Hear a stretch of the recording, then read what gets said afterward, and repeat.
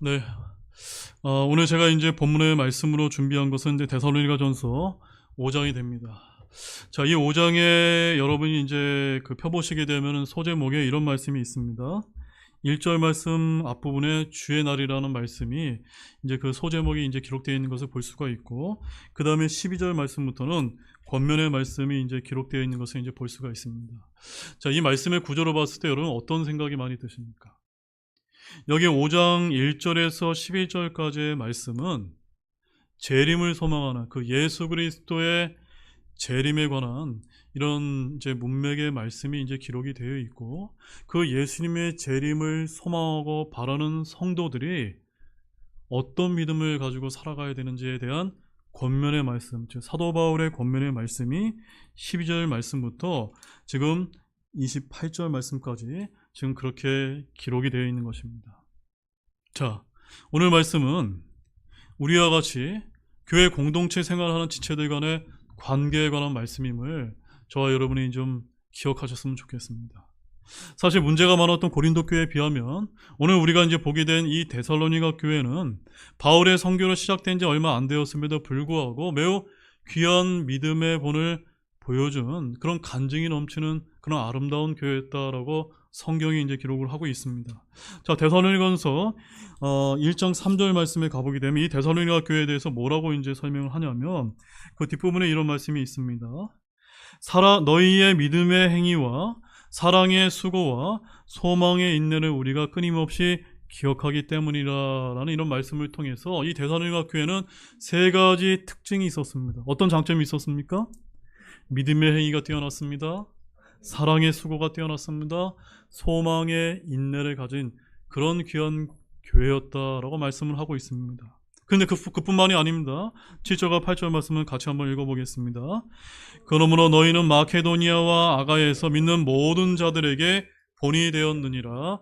주의 말씀이 너희로부터 나와 마케도니아와 아가야에 울려 퍼졌을 뿐만 아니라 또한 하나님을 향한 너희의 믿음이 모든 곳에 널리 퍼졌으므로 우리는 아무것도 말할 필요가 없노라. 지금 사도 바울이 뭐라고 있습니까? 이 믿음의 행위, 사랑의 수고, 또한 소망의 인내가 뛰어났던 이 데살로니가 교회, 개척하지 얼마 안 된 이 교회가 정말로 마케도니아와 아가야에 있는 모든 믿는 자들에게 무엇이 되었다고요? 본이 되었는데 마치 메아리 쳐서 울릴 정도로 굉장히 귀한 그런 교회였다라고 이렇게 사도 바울이 칭찬을 하고 있는 것입니다. 근데 오늘 본문 말씀에서 사도 바울은 그런 귀한 믿음의 본을 보여주고 있는 데살로니가 교회 성도들에게 귀한 권면을 이제 주고 있는 건데, 자, 오늘 본문인 데살로니가전서 5장 1절에서 11절 말씀에는 어떤 내용이 기록되어 있다고 제가 말씀을 드렸죠? 바로 우리 주 예수 그리스도에 관한 재림에 대비한 영적인 각성과 바로 주의 날을 대비해서 우리 성도들이 깨어 있어야 됨을 강조하는 말씀이 담겨 있는 것입니다. 자, 본문 2절 말씀 보십시오. 거기 이런 말씀이 있습니다. 주의 날이 밤에 도둑같이 그렇게 오는 줄을 너희 자신이 완전히 아느니라. 6절 말씀 보십시오. 그러므로 우리는 다른 사람들처럼 잠자지 말고 오히려 깨어 정신을 차리자. 정말 여러분들은 깨어서 정신을 차리고 계십니까? 바로 재림을 소망하는 우리 신학교의 성도들은 그래야 된다고 말씀을 하고 있는 것입니다. 그리고 이어지는 5장 12절에서 22절까지는 이런 주님의 재림을 소망하는 성도들의 바람직한 영적 생활에 대해서 지금 권면하고 있는 말씀인 것입니다. 그런데 오히려 이 데살로니가 교회 성도들보다 우리가 사는 지금 이 시대는 정말로 마지막 때에 가깝다고 여러분 여겨지고 계십니까? 더욱더 재림을 소망하면서 이러한 사도 바울의 권면을 가슴속에 새겨드려야 될 그런 시대를 살고 있다라고 여러분 그렇게 믿어지시냐는 그런 말씀인 것입니다. 자, 이러한 의미로 담고 있는 이 사도 바울의 권면에 어떤 의미가 있는지 우리 한 세 가지 정도만 영적 교훈을 한번 찾아보겠습니다. 먼저 첫 번째는 우리는 주 안에서 감독하며 훈계하는 자를 그들의 일로 인해서 사랑 안에서 매우 귀중히 여겨야 된다는 점입니다. 자, 12절과 13절 말씀을 우리 다시 한번 우리 함께 읽어보도록 하겠습니다. 형제들아, 우리가 너희에게 간청하노니 너희 가운데서 수고하고 주 안에서 너희를 감독하며 너희에게 훈계하는 자들을 알고 그들의 일로 인해 사랑 안에서 그들을 매우 귀중히 여기라. 또 너희끼리 화목하게 지내라. 오늘 제가 다룰 말씀이 화목하게 지내라라는 이런 말씀인데, 그 화목하게 지내라는 말씀 앞에 어떤 내용이 이제 담겨 있는지를 제가 먼저 여러분에게 소개를 이제 해드리고 싶은 것입니다. 자, 오늘 본문의 말씀의 순서로 보게 되면 주 안에서 감독하며 훈계하는 자들을 사랑 안에서 매우 어떻게 하라고요? 귀중히 여기라고 하는 이와 같은 명령이 먼저 언급되고 난 다음에 이어지는 말씀으로 어떤 명령이 주어지고 있습니까? 너희끼리 화목하게 지내라 라는 이런 말씀이 이렇게 순서대로 나오고 있다는 것을 여러분 주목해서 보시기를 바랍니다. 즉, 이 말씀은 교회 내에서, 교회 공동체 내에서 영적인 질서가 얼마나 중요한지를 지금 보여주는 그와 같은 말씀이라는 사실 여러분 느껴지셨습니까? 사랑하는 여러분, 오늘날 교회를 감독하고 훈계하는 어떤 한 형제가 있는데, 그 교회 성도들이 사랑 안에서 그 사역자를 귀중히 여기지 않는다면 그 교회는 어떻게 될까요? 오늘날 교회들에서 발생하는 많은 문제점들 가운데 하나는 사역자와 성도들 간의 관계가 그렇게 좋지 못함에서 비롯된다는 점입니다. 사역자의 어떤 모습으로 성도들은 상처를 입고 교회를 떠나기도 하며, 또한 남아있는 성도들도 그 교회 사역자를 사랑 안에서 귀중히 여기지 않는 교회가 바로 안타까운 그와 같은 교회의 모습인 것입니다. 또한 사역자와 성도들 간의 관계가 그렇게 나쁘지 않고 오늘 본문 말씀에서 보는 것처럼 사랑 안에서 매우 귀중히 여기는 그런 관계인데, 13절 뒷부분의 말씀에서 보는 것처럼 너희끼리 화목하게 지내라고 하는 이 귀중한 명령이 잘 지켜지지 않기 때문에 오늘날 교회에서 많은 문제가 발생하고 있다는 점입니다. 여러분, 오늘 본문의 말씀은 어떤 교회입니까? 어떤 교회에 주신 말씀입니까? 주님의 재림을 소망하는 신약교회 성도들에게 주는 권면의 말씀이 맞습니까? 여러분, 주님의 재림을 소망하십니까?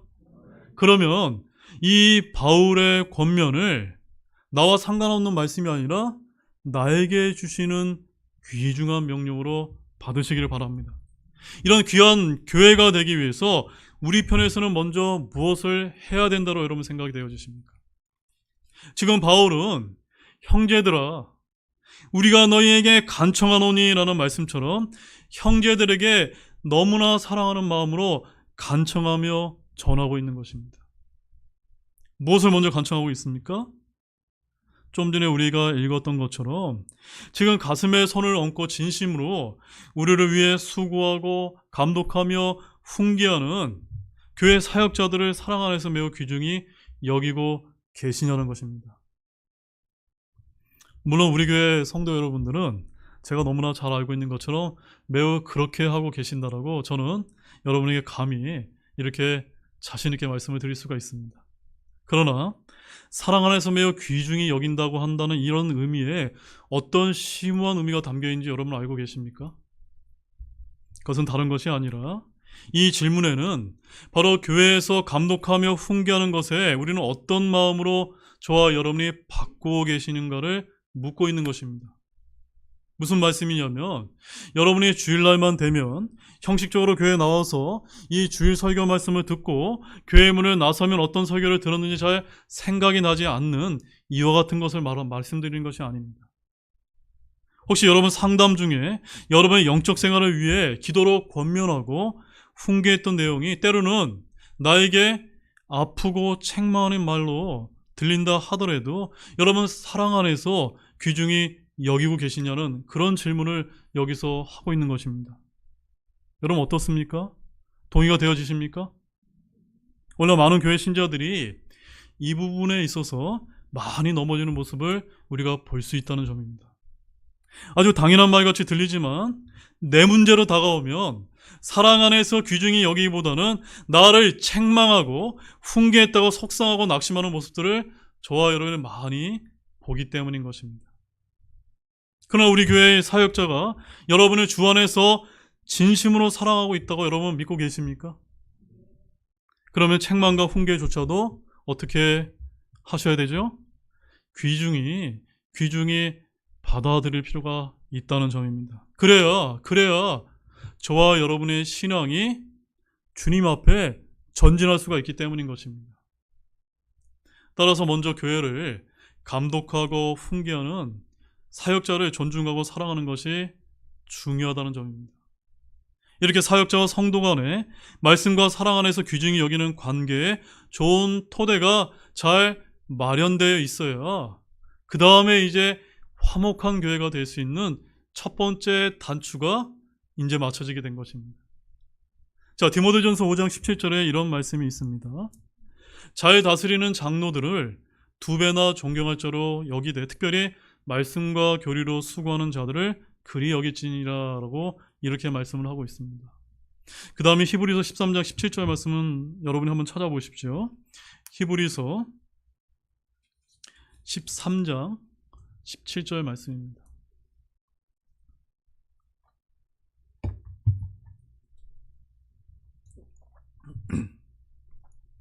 자, 히브리서 13장 17절 말씀 우리 같이 한 목소리로 한번 읽어보도록 하겠습니다. 너희를 다스리는 자들에게 순종하고 복종하라. 그들은 마치 자기들이 회개보고 해야 할 자들인 것 같이 너희 혼을 위해 깨어있나니 그들이 기쁨으로 그 일을 하게 하고 근심으로 하게 하지 말라. 그것은 너희에게 유익을 주지 못하느니라. 아멘. 여러분, 여기 유익이라고 이제 표현된 이 유익이 어떤 유익일까요? 이 유익이 어떤 유익입니까? 바로 여러분의 영적 유익을 이제 말씀을 드리는 것입니다. 맞습니까, 여러분?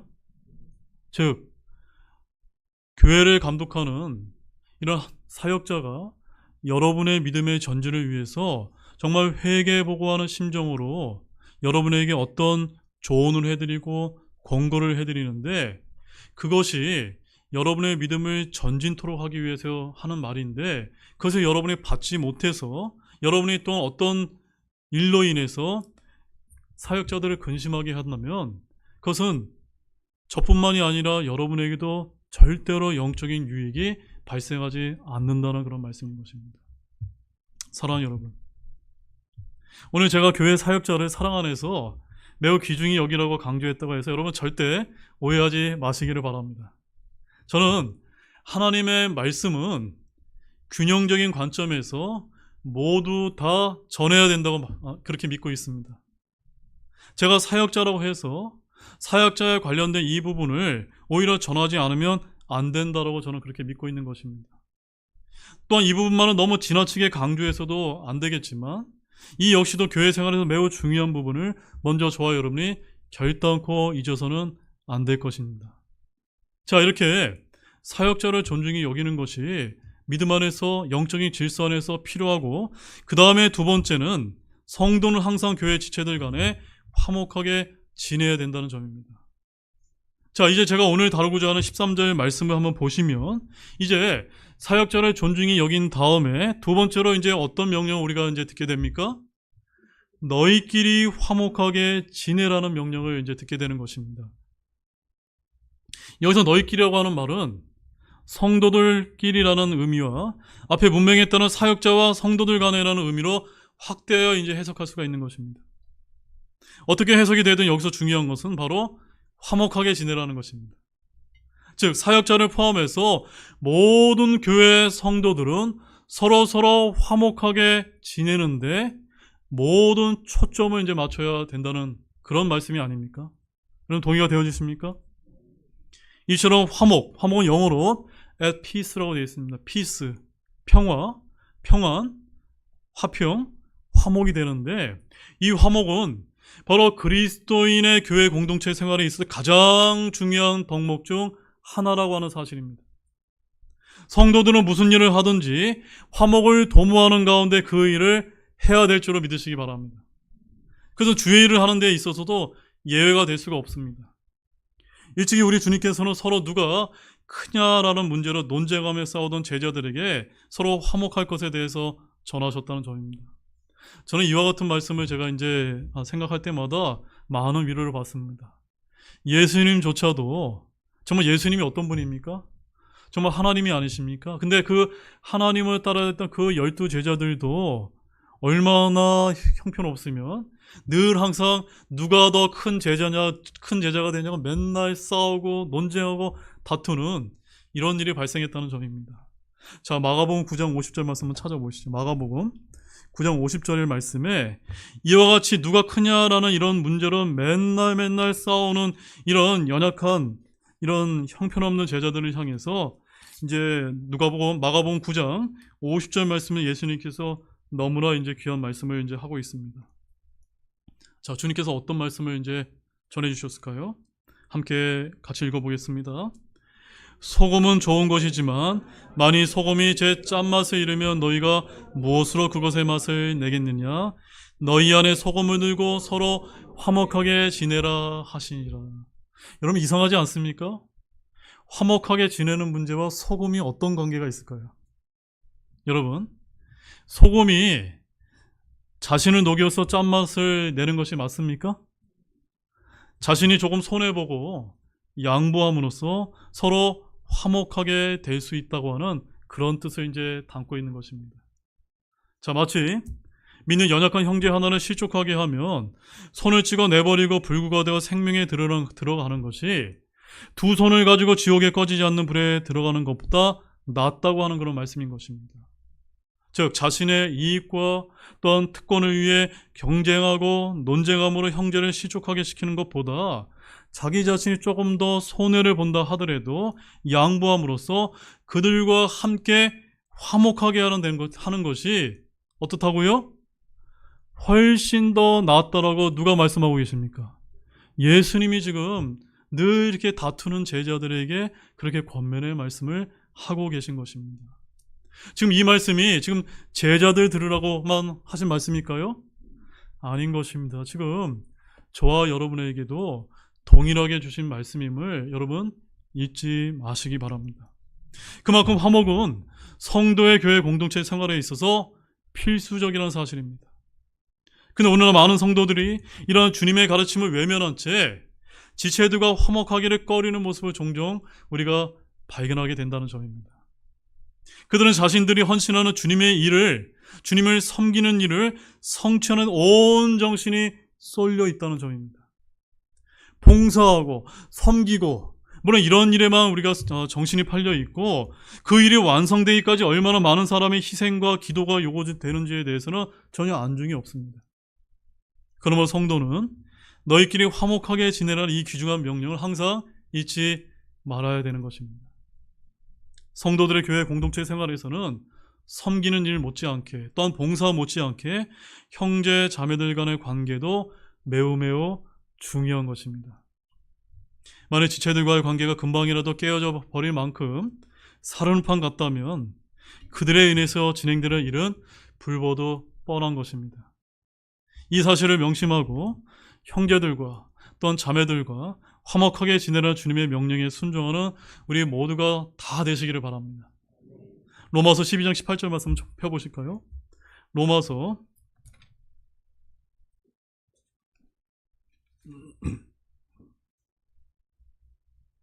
12장 18절 말씀입니다.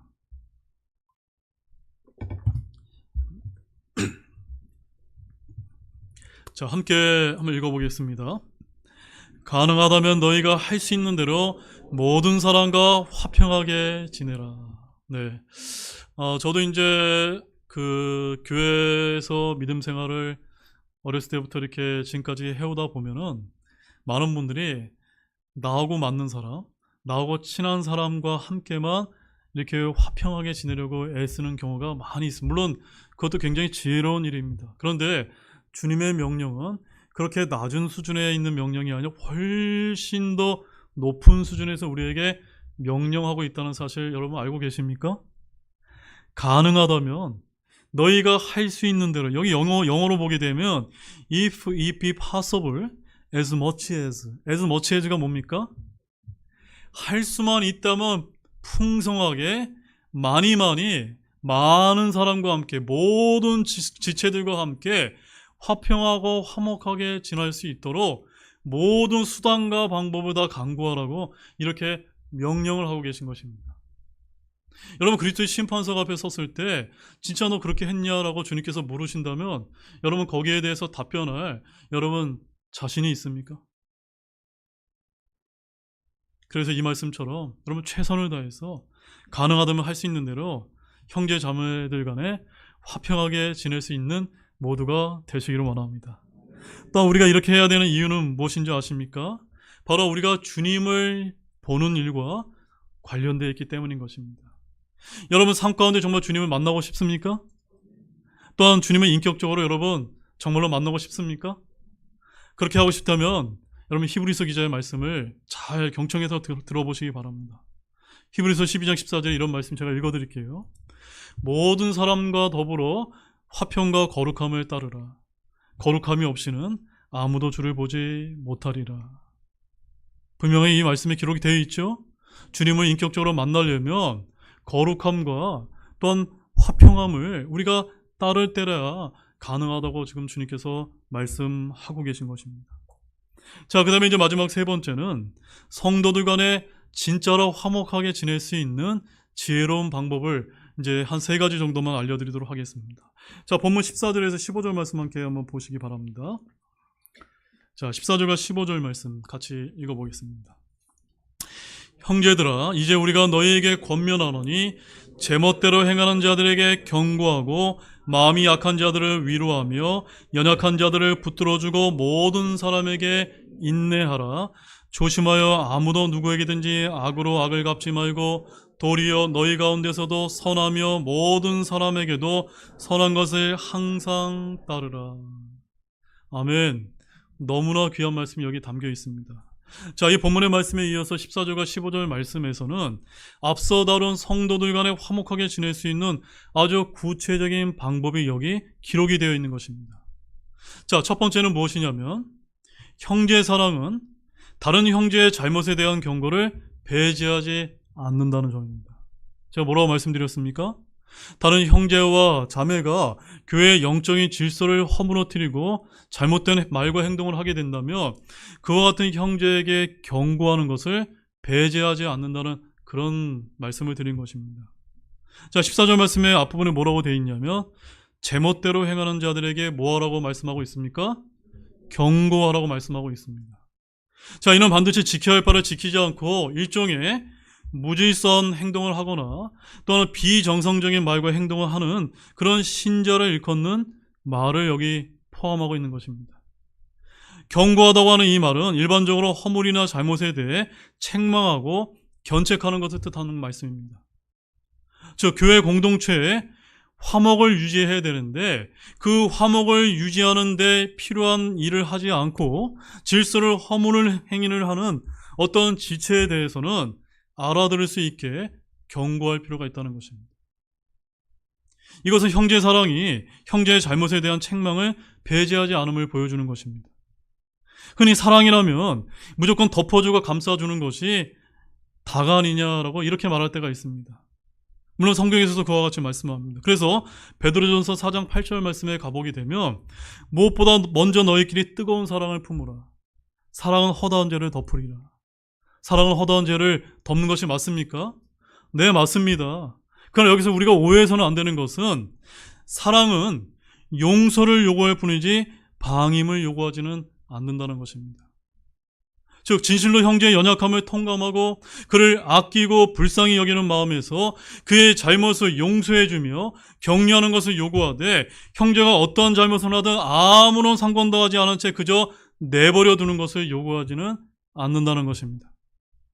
그러면 여러분, 우리는 형제의 잘못에 대해 무턱대고 눈 감아주기보다는 우리가 그를 정말로 진정으로 사랑하는 마음을 가지고 있다면 당연히 그의 잘못에 대해 그의 실수에 대해 애정 어린 마음으로 충고하고 권면해 줄 알아야 되는 것입니다. 우리의 사랑 어린 한마디 경고가 정말로 늪에 빠진 한 지체를 구하는 생명의 구면줄이 될 수 있기 때문인 것입니다. 여러분 누가복음 17장 3절 말씀 보십시오. 누가복음 17장 3절 말씀 한번 찾아보십시오.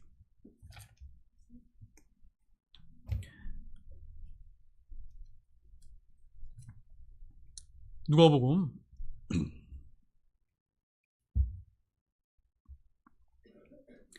17장 3절 말씀입니다. 자, 함께 한번 읽어보겠습니다. 너희는 스스로 주의하라.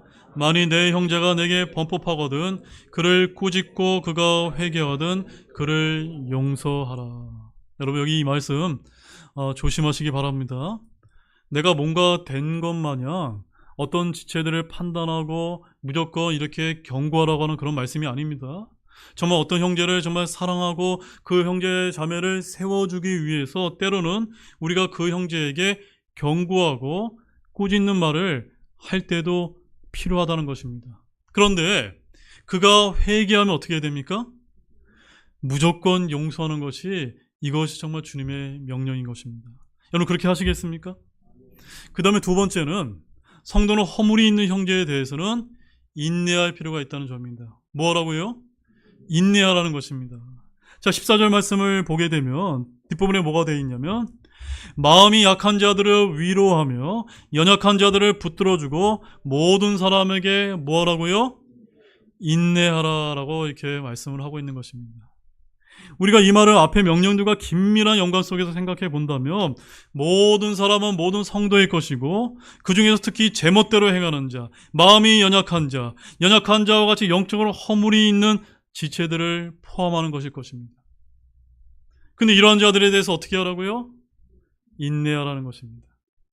사실 우리는 교회 공동체 생활을 하다 보면 이렇게 허물이 있고 연약한 자들에 대해서 오래 참지 못해서 성급하게 판단하기 십상이라는 점입니다. 만약 그들이 제멋대로 행하면 왜 그들의 의식은 그것밖에 안 되는가 하며 판단하고 정죄하기 일수가 아닙니까? 또한 만약 그들이 낙심한 자이거나 영적으로 연약한 자라고 한다면 왜 하나님께서는 하필이면 우리 교회에 저런 연약한 자를 보내주셨는가 하며 저와 여러분이 꺼리고 외면하기가 일수라는 점입니다. 그것은 이미 우리 마음속에 그들에 대한 판단과 정죄가 자리 잡고 있는 것이며 그렇기 때문에 허물이 있는 지체를 성급히 판단하며 오래 참지 못하고 또한 기다려주지 못하는 똑같은 잘못을 저와 여러분이 범하게 되는 것입니다. 그러나 교회 공동체 내에 화목하게 지내기 위한 조건으로 허물이 있는 자 또한 연약한 자들에 대해서 우리가 먼저 가져야 될 태도는 바로 인내라는 사실을 여러분 결단코 잊지 마시길 바랍니다. 물론 그들의 잘못을 경고하며 또한 참된 길을 가르쳐주고 또한 상한 마음을 위로하고 보듬어 줌으로써 일으켜 세워주는 일을 하는 것도 급선무입니다. 그러나 이 모든 일에 앞서 우리가 전제로 깔고 있어야 되는 일은 무엇이냐면 바로 오래오래 참고 인내하고 기다리라는 것입니다. 왜 그럴까요, 여러분? 누가 그렇게 하셨기 때문입니까? 바로 우리를 구원하신 하나님께서 먼저 그와 같은 본을 보여주셨기 때문에 그 하나님의 본을 따르는 저와 여러분 역시도 그렇게 해야 된다는 것입니다. 그렇게 될 때 그 연약한 자들이 스스로 자신들의 허물을 인식하며 인정할 때까지 또한 그들이 자신의 허물에 대한 열등감을 견디내고 또한 마음을 열 때까지 혹은 그들이 경고나 충고를 들을 준비가 되어 있을 때까지 우리는 참고 기다려줄 줄 아는 인내가 필요한 것입니다. 그렇게 할 때 진정 그들의 허물은 치유를 위한 첫걸음을 내딛게 되기 때문인 것입니다. 그러므로 사랑하는 우리 형제자매님 여러분, 우리 모두 인내하는 마음을 진정으로 가지시기를 바랍니다. 우리 주위에 허물투성이의 형제들과 자매들을 판단하거나 정죄하는 그런 꺼리는 모든 일을 이제는 정말로 중단하시고 정말 참고 기다려줄 줄 아는 그런 넓은 마음, 주님의 마음을 다 모두 가지시기를 바랍니다. 그리고 그들에게 나아가서 이와 같은 말씀을 한번 하시기 바랍니다. 나는 당신의 허물들이 극복될 것이라고 믿습니다. 그때까지 제가 기다릴게요 라는 이와 같은 심정으로 따뜻한 시선과 말 한마디를 전할 수 있는 저와 여러분 모두가 다 되시기를 바랍니다. 정말 따뜻한 말 한마디가 형편없는 지체의 행동과 말 하나를 바꿀 수 있다는 사실을 여러분 믿으시길 바랍니다. 여러분 이제 전도서 7장 8절과 9절 말씀 한번 찾아보시죠.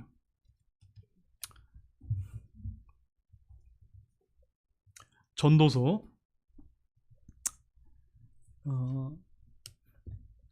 7장 8절과 9절 말씀에 가보게 되면 아주 귀한 말씀이 이제 거기 있습니다. 자, 다 찾으셨습니까? 우리 8절 9절 함께 읽어보겠습니다. 일의 끝이 일의 시작보다 낫고 영 안에서 참는 자가 영 안에서 교만한 자보다 나으니 내 영이 조급하여 분노하지 말라. 분노는 어리석은 자들의 품에 머무느니라. 참 귀하죠 여러분? 네, 영 안에서 어떤 자가 더 낫다고요? 참는 자가 나은 것입니다. 그 다음에 에베소서 4장 2절 말씀 한번 찾아보시죠. 에베소서 4장 2절 말씀. 신약으로 다시 돌아가셔서 에베소서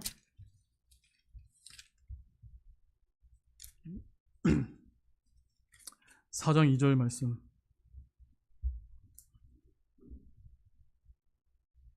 자, 함께 읽어보겠습니다. 모든 겸손과 온유와 오래 참으로 사랑 안에서 서로 참아주며. 참 귀한 말씀이죠? 바로 저와 여러분이 따라야 될 말씀이라고 말씀하고 있고 3절 말씀에 화평의 매너띠로 성령께서 하나 되게 하신 것을 힘써 지키라라고 하는 그 명령이 이제 등장하는 것입니다. 자, 이제 제가 이제 두 가지 말씀인데 마지막 세 번째는 성도에게는 악을 선으로 갚아야 될 의무가 이제 있다는 점입니다. 자, 본문 15절 말씀을 이제 보시게 되면 거기 어떤 말씀이 이제 기록이 되어 있냐면 조심하여 아무도 누구에게든지 악으로 악을 갚지 말고 도리어 너희 가운데도 선하며 모든 사람에게도 선한 것을 항상 따르라라고 이렇게 이제 기록이 되어 있는 것을 볼 수가 있습니다. 자, 이 말은 모든 성도에게는 조심해야 될 것이 있는데 그것은 성도들 상호 간의 관계에 있어서 누구든지 악으로 악을 갚아서는 안 되고 항상 뭘 따르라고요? 선한 것을 따르고 추구해야 된다라고 말씀하고 있는 것입니다. 일반적으로 사람은 어떻습니까? 일반적으로 눈은 눈, 이는 이 이런 식으로 그저 보복하고 복수하는 것이 우리 사람의 이 타락한 죄성을 가진 사람들의 일반적인 그런 모습이 아닙니까? 내가 상처를 입고 또 내가 해를 당했을 때 그에 상응한 보복을 해야만 직성이 풀리는 이런 사람들이 얼마나 많은지 모릅니다.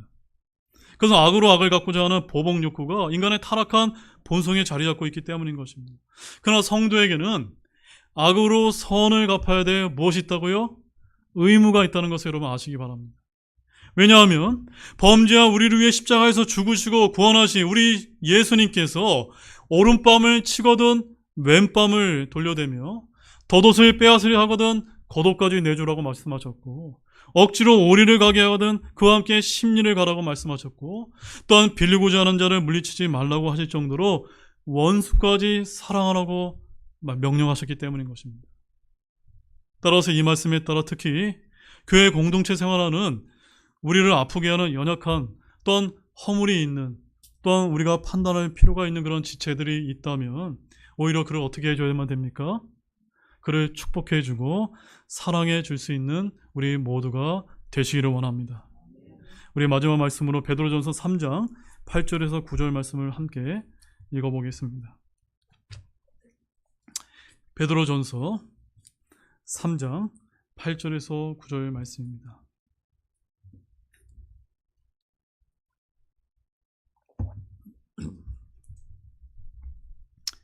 자, 다 찾으신 줄 알고 우리 한 목소리로 읽겠습니다. 베드로전서 3장 8절에서 9절 함께 읽겠습니다. 끝으로 너희는 다 한마음이 되어 서로 동정하고 형제로서 사랑하며 불쌍히 여기고 예의 바르게 행하라. 악을 악으로 욕설을 욕설로 갚지 말고 오히려 그와 반대로 축복하라. 이런 일을 위해 너희가 부르심을 받은 줄 너희가 아나니 이것은 너희가 복을 상속받게 하려 함이라. 여기서 한 가지만 제가 좀 강조를 드리면 우리가 성도와 성도들 간의 이런 관계를 설정하는 데 있어서 예의 바르게 행동하는 것을 여러분 잊지 마시길 바랍니다. 저 형제도 형제고 나도 형제고 자매고 또 자매고 다 같은 동등한 입장이 아니냐라고 해서 우리가 예의 바르게 행동하는 것을 잊어버리게 된다면 화목한 관계가 깨어질 수밖에 없다는 것입니다. 이제 결론의 말씀을 드리도록 하겠습니다. 사랑하는 여러분, 그리스도의 재림의 날은 곧 심판의 날이 된다는 것도 여러분 아시기를 바랍니다. 이날에 모든 구원받은 성도는 예외 없이 그리스도의 심판석 앞에 서서 회개 보고하게 되는 그와 같은 날이 반드시 오게 된다는 점입니다. 따라서 오늘 본문의 말씀은 이런 주님의 재림을 소망하는 성도가 서로 상호간에 지켜야 할 올바른 관계를 제시하고 있는 너무너무나 중요한 말씀인 것입니다. 이런 말씀을 잘 준수할 때 저와 여러분이 보상의 손실을 당하지 않는다는 사실을 여러분 잊지 마시길 바랍니다. 그리고 주 예수님께서 우리를 위해 갈보리 십자가에서 죽으셨고 자신과 함께 살게 하심으로 인해 감사와 영광을 진심으로 돌리시기를 원합니다. 주의 다시 오심을 기다리며 너희끼리 화목하게 지내라고 하는 이 귀한 명령을 준수하시기를 바랍니다. 끝으로 우리 본문의 말씀 데살로니가서 5장 10절과 11절 말씀을 마지막으로 우리가 읽고 오늘 말씀을 마치도록 하겠습니다. 10절 11절 같이 읽어보겠습니다. 그분께서 우리를 위해 죽으셨으니 이것은 우리가 깨어 있든지 자고 있든지 자신과 함께 살게 하려 하심이라. 그러므로 또한 너희가 지금 하고 있는 것 같이 너희끼리 함께 위로하고 서로를 세우라. 아멘. 이 말씀 굉장히 중요하죠. 예수님께서 먼저 그렇게 하신 것입니다. 예수님이 그렇게 하셨기 때문에 우리도 때로는 하고 싶지 않지만 그렇게 다른 지체들을 함께 위로하고 세워질 때 우리 교회가 정말 주님이 재림하실 그날 정말 화목하게 하는 이 문제로 인해서 모두가 다 칭찬을 받을 수 있는 그런 등대교회가 되기를 진실로 소망합니다. 다 같이 일어나시겠습니다.